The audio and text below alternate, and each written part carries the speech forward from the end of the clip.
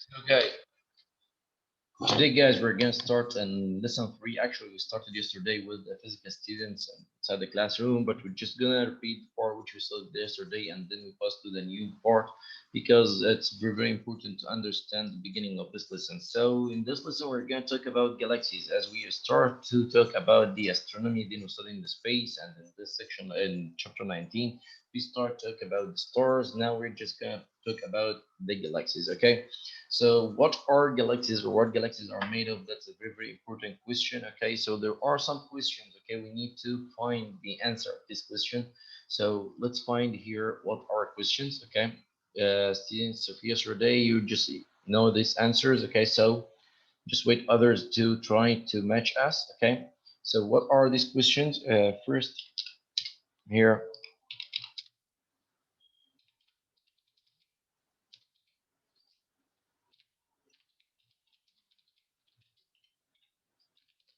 Then number two. Okay.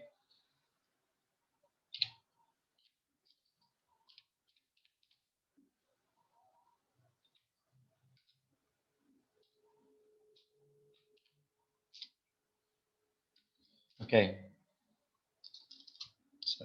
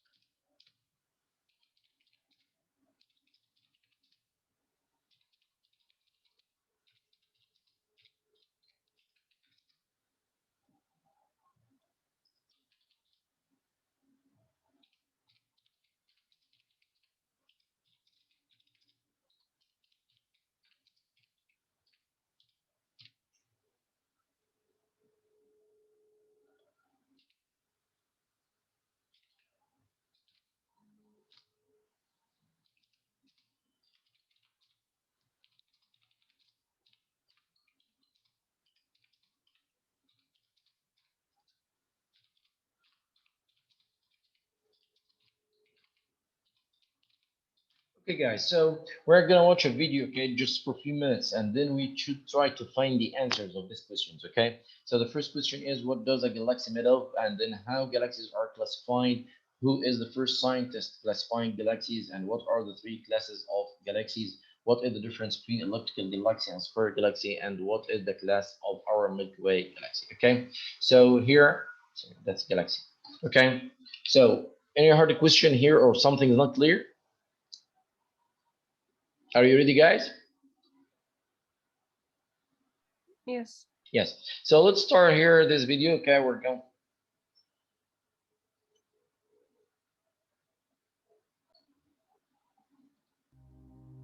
Astronomers estimate Answers of some questions. So let's find the first question. What is a galaxy made of? Who can answer me? Yes, Mehad? It's made of stars and Yes. Stars. Good. What else? dust, Dust. Good. planets, And planets. may it contain some planetary system and also dust. Okay. So the main components of any galaxy that it contain. Okay. Sorry. Gases. Okay. Dust and stars. That's the main components of any galaxy. It contains stars, dust, gases. Some galaxies contain planetary system, like our Milky Way galaxy contains some solar systems. Okay, so that's good. So any hard question regarding to first question, guys? Any hard question here? No. Yeah. Okay, so let's pass to the second question. How galaxies are classified? We classify galaxies based on or depending on their, yes, Farah? Based on their size. On their shape. Shape, good. Okay, so we classify them based on their shape. Okay, so regarding to the shape of galaxy, we classify them into three classes. Who can tell me what are the three classes of galaxies? Okay, is Uta? Spiral, So elliptical, or irregular. good. Okay, so spiral, elliptical,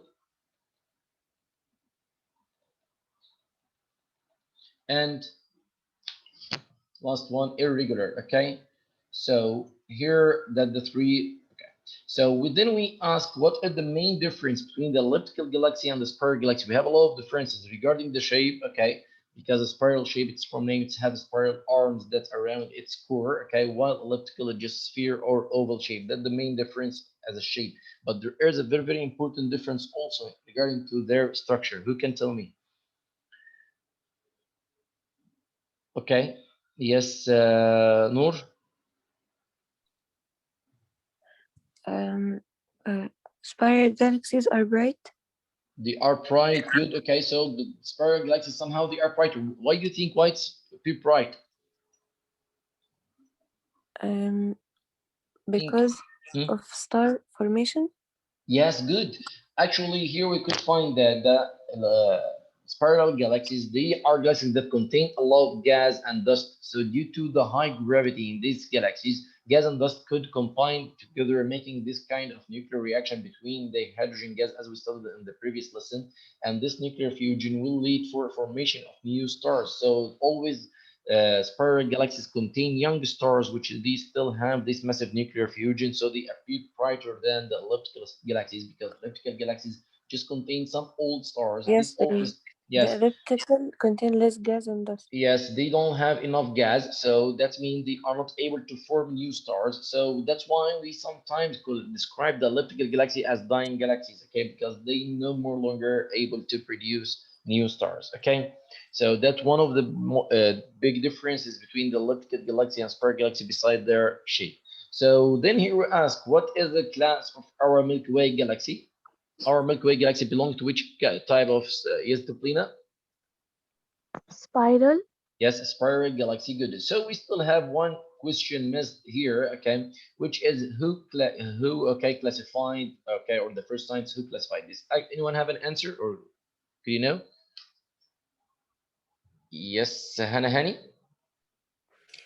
Is it Edwin Hubble? Yes, Hubble. Good. Okay, Edwin Hubble, the one which is the Hubble telescope named. Okay, pay right to his name. So this we said that Hubble actually in 1924 exactly he started to make this classification of stars, and this classification is still used till this days. Okay, but with a little modifications. Okay, so like this. Okay, we just get the main points of the first part of our lesson. We know the different types of galaxies. So here we just need to clarify some points. First of all, that the irregular galaxy or the third type of galaxy, we just call it irregular because its shape is not fixed. It doesn't have a fixed shape. That means it cannot fit with spiral galaxy or elliptical galaxy. So it have unique shapes. Okay. So we just gather them in a third group and we call them irregular shapes. Okay.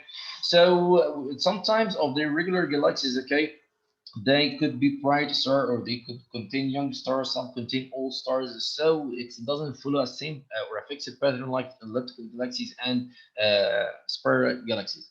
Beside that, also we need to mention that although the Milky Way galaxy, that the galaxy which we all live in, we know it's a spiral galaxy, but actually we it's hard to have a clear image for the Milky Way galaxy. So why it's hard to have a clear image for these? Because actually we just live in a small part of these galaxies. So to have a clear image, that means we must move a far distant away in a space, okay, to be able to have a clear image. And actually, we don't have this, or we there is no available abilities to do something like that. So as we gather information about our galaxy while we still inside the galaxy, so the dust and the gases which surround our planet Earth, it pluck a lot of the data that means pluck a lot some of the radiations and so on that we could receive by different telescopes. So we don't have this clear image for Milky Way. So how could we know that it's spiral galaxy if we cannot have a clear image, or if we are not able to have a clear image for it? Actually, studying the different elements, okay, which found the star, the brightness of the star, and also the forces between the different objects in galaxies, and studying the same things in our galaxy, we find that the forces, the elements, and the brightness of the stars in our Milky Way galaxy is too similar to the data which collected from spiral galaxies. That which make us believe that our Milky Way galaxy is a spiral galaxy. Is it hard this part, guys, or is it clear? Clear. Is it clear, guys, for everyone? Yes. Yep. So now we're again just okay. So that's what we just the first part of our lesson. Now we're gonna pause here. What are the continents of galaxies? What galaxies are made up of? So actually, we said that just galaxies they contain stars, dust, gases, and some of them they may contain planetary systems like solar system. Some of planets rotate around big star or medium star, and so on. But there are unique or special parts of any galaxy. The first one, which is called the galaxy cloud, okay, or the nebula. Okay, so nebula is just cloud that forms around the galaxy, okay, that the region, okay, or that's the part which expand away from the core of the galaxy that contain most gases and dust. So while these gases and dust or the nebula contain these gases and dust, okay, you could find that there are some kind of nuclear fusion could happen, creating new stars as we studied in the last lesson. So that means in case of spiral galaxies, we could find that it has a large nebula or have a large gas cloud, while in the case of elliptical galaxies, they contain very few okay, nebula or its nebula is small because it doesn't have that much of gases on and dust. Is it clear here, guys? Guys, is it clear?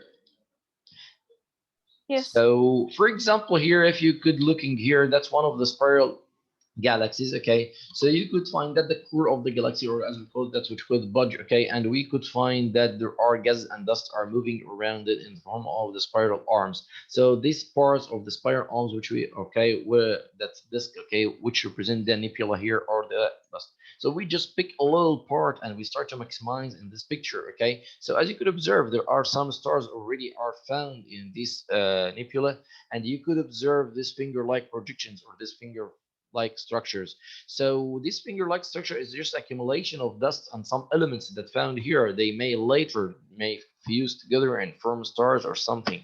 But do imagine how much big is it? Okay, as you watch in the video. Okay, this only this part only. Okay, it's very wide and it could be bigger than our solar system. Do you imagine just this very tiny part of a small part of one arm of this galaxy? So which represents it's massive. As you watch in the video, okay, he just give example for one elliptical galaxies. It's nebula or hollow. That means the area around the core of the galaxy. Okay, it expands for 200 light years, which is 2 million, sorry, 2 million light years, which means a huge distance. Okay. So that's the first thing that mean, okay, or that's the first structure that found in most of galaxies, okay, that different ratio based on the type of galaxy. So the most or the class which include the largest gas cloud is the spiral galaxy, then the irregular, and finally the elliptic. Then pass to star clusters. What are star clusters? Actually, star clusters, they are a group of all the stars, which found in these galaxies. Somehow they gather together and make a cluster of stars, okay? So we call them the globular cluster. So globular cluster, they are all stars. They could be reach millions of stars. They are attached to each other and or somehow become closer to each other, and they extend further in the space. Okay, that means after the nebula, or that means outer of the nebula in the space, they create this kind of globular structure. So as you can hear, okay, with 5 to 10 million stars, okay, you could find here, okay, that is a globular cluster. As you could observe here, most of the color of these stars, they alternate from the orange to the red color, which means the already red stars, they start to, okay, drop their temperature, or temperature start to decreases, okay, so most of them, they are red giant stars or super red giant stars, which means they almost finish their life cycle. Okay, guys, is it clear? Yes. Any hard question here, guys? No. Yeah. So also sometimes, okay, sometimes here in the part or in we find in the disk or the in the in the nebula, okay, we could find some stars which is still young, okay, as you can see, they are blue, okay, they start to group or they start to arrange beside each other and they create something with the open cluster. So what difference between open cluster and the globular clusters? That's the age of the star. So the globular cluster, as we said, most of them they are old stars, while the open cluster they are young stars, which they're still to be formed. Okay, and they appear bright in the blue color here, that means it's still hot. That means they have a kind of nuclear fusion still happened. Okay, and they form what is known as open cluster. Is it clear here, guys? So we know what difference between open cluster and globular cluster, guys. Yes. Yep. Okay. So here that is the components, okay, of the star. Stars also may have another component, okay, which is okay. Some stars, okay, they some have these things which we call the halo. It means that some of the gases which are just move away from the galaxy or farther from the disk that surround the galaxies. Okay. Now we pass to the last part of our lesson, the origin of galaxies. How scientists know how galaxies are forming, okay, or this anyone is able to observe the formation of galaxies, guys? Do you think this? Do you think we are able to observe how galaxies are formed? What do you think, guys?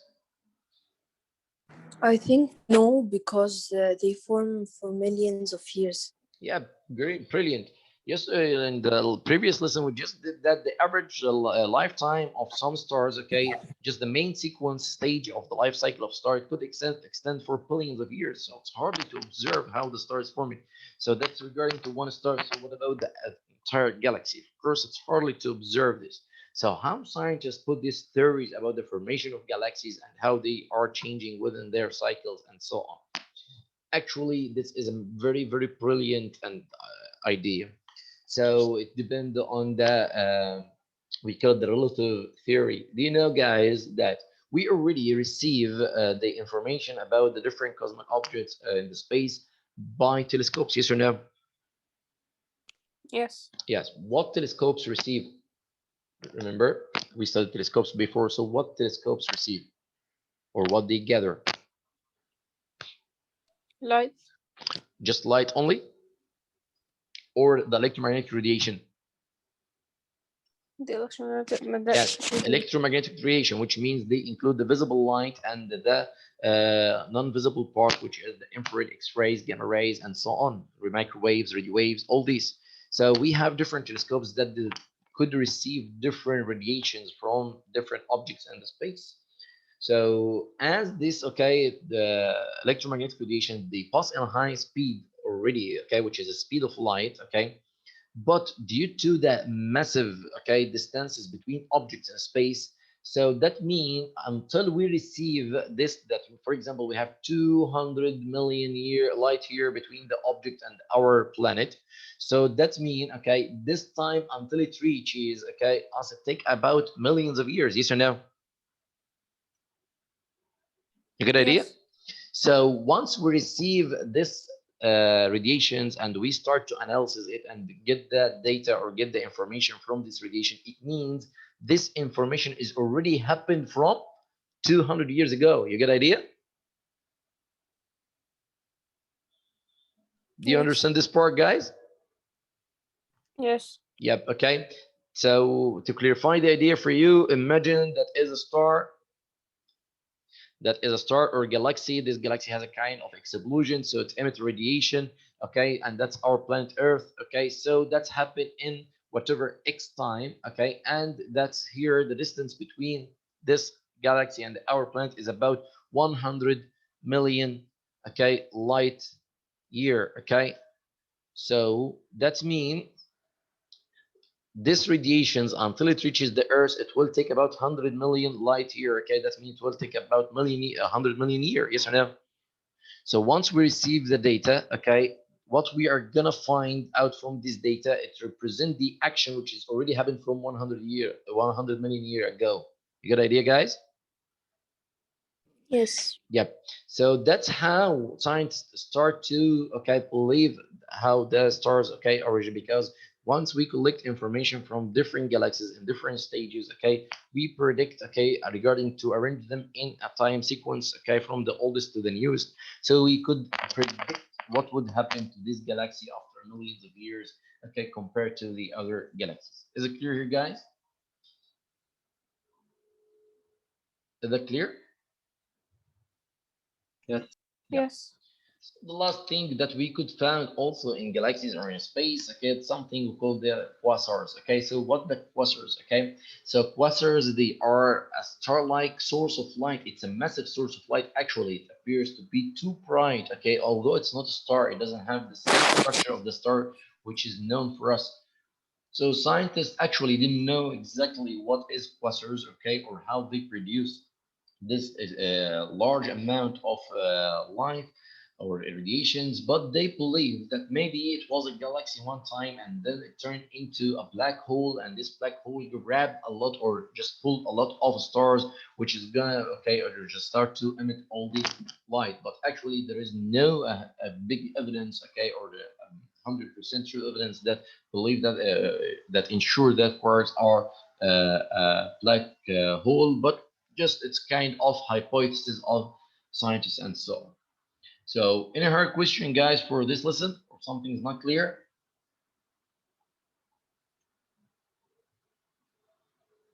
Guys, any hard question here? No. Everything is clear? Yes. Okay, so I need you to study this lesson very well from a textbook, okay, and answer the section review question. Check your SMS for the new sheets, okay. And if you have any question or something's not clear, you can send to me on our group or whatever, and I'm gonna answer you. Any hard question, guys, before we end our meeting? No. Okay, so just a minute, guys, here. Okay,